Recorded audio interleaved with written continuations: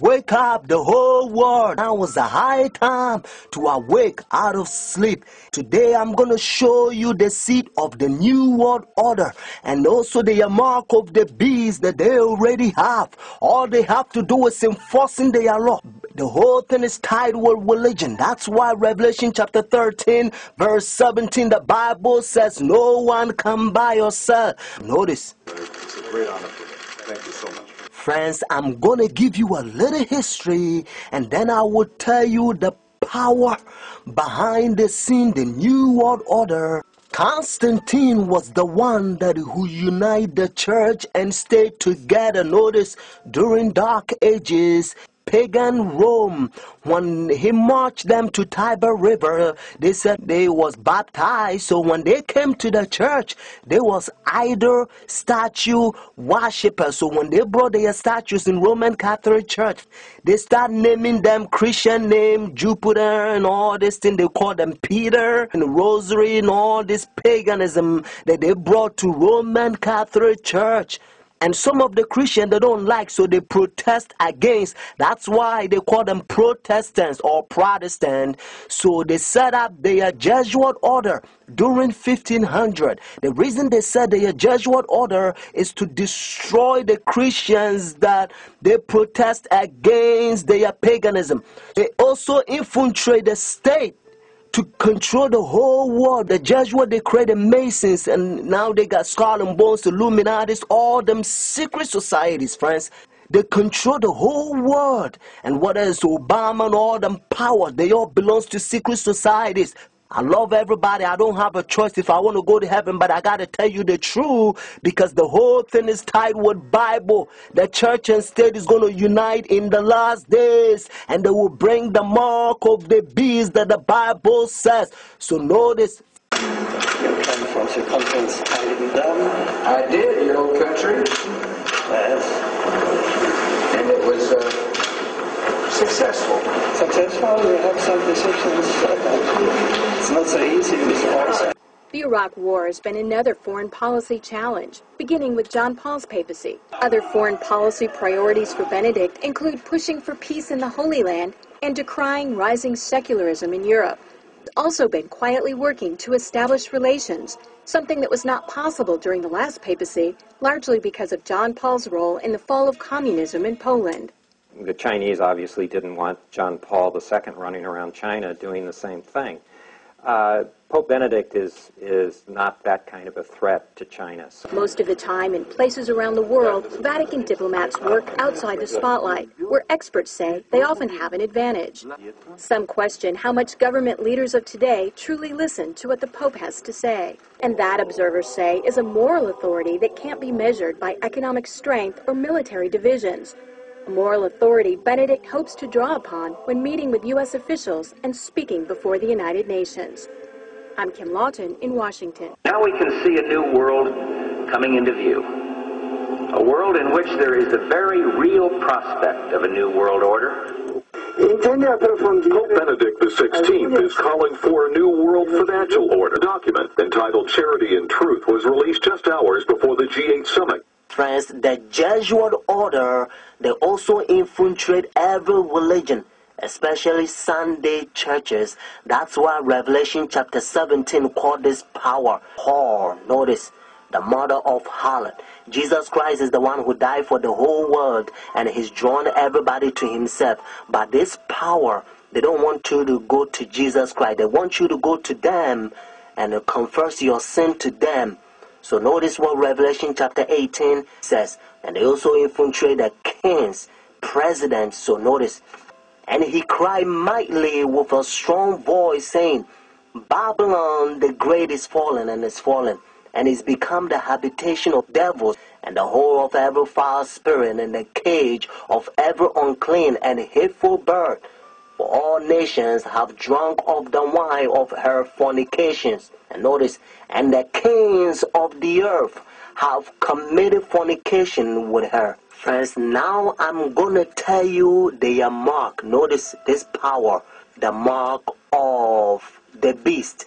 Because notice, if the Bible says the mark of the beast, means this power has a mark.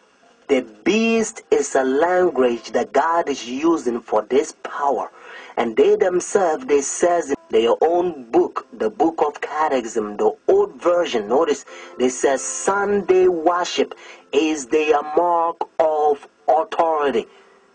The new version, they don't use the word authority, but at least, thank God, they still admit it. Even the new version of Catechism, they still says they changed the Sabbath from Saturday to Sunday.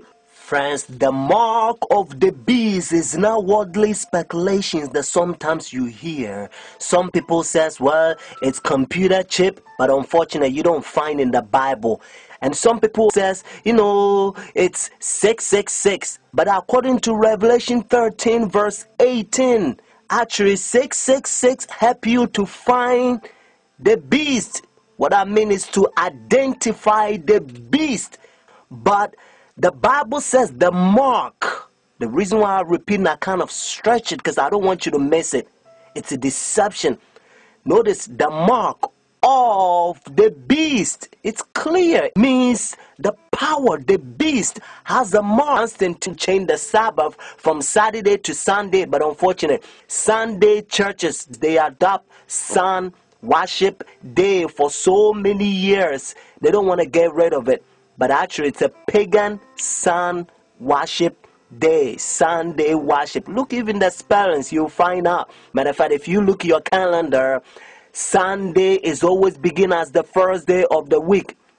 Unfortunately, they will skip, and some people, they don't know, they will count Monday as the first day of the week, because according to Revelation chapter 12 verse 9, the devil will deceive the whole world. So it's a deception. So a lot of people, the devil, he's in the process blinding the people, including the Christendom.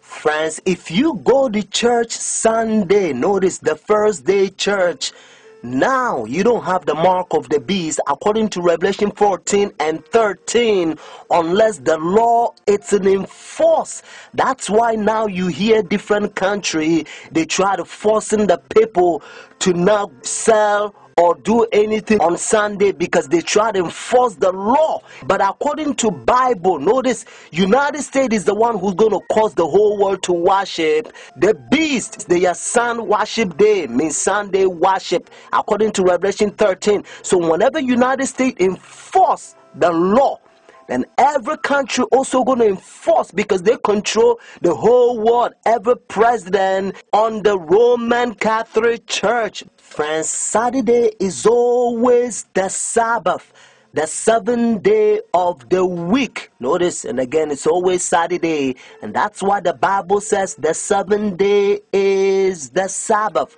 Jewish nation, even though I'm not Jewish, they still keep the Sabbath Saturday. And also encyclopedia, you will find it even different language. If you speak Spanish, Sábado means Saturday. You can also find in the Bible, according to Genesis chapter 2 verse 2 to 3, you're going to find out that God created heaven and the earth 6 days, and the seventh day he rested, and that seventh day it's Saturday. And then Jesus Christ, remember, when Adam and Eve they sinned, Jesus Christ came to redeem our soul, and he finished his work 6 days, Friday afternoon. Remember, that's why they call it Easter Friday or Good Friday. It says it is finished Friday, and then he rested Saturday, just like he rested Genesis chapter 2 verses 1 to 3. And Sunday, the early day in the morning, you will find in the book of Luke chapter 24 verses 1 to 3. You will also find in Luke chapter 23 verses 50 to 56. The seventh day is always Saturday until Constantine 321. He changed it from Saturday to his own pagan sun creation worship day. The devil behind the scene. You are about to see the power. God is going to fill us with his outpouring, just like he did it for the first century, the apostle church. And then we're going to go forward and preach the loud cry, the third angel's message. We're going to protest against their pagan sun worship day, means their Sunday worship. And then Jesus Christ will come, just like Bible says, if the day is not short, no flesh will be saved, but for the elect's sake,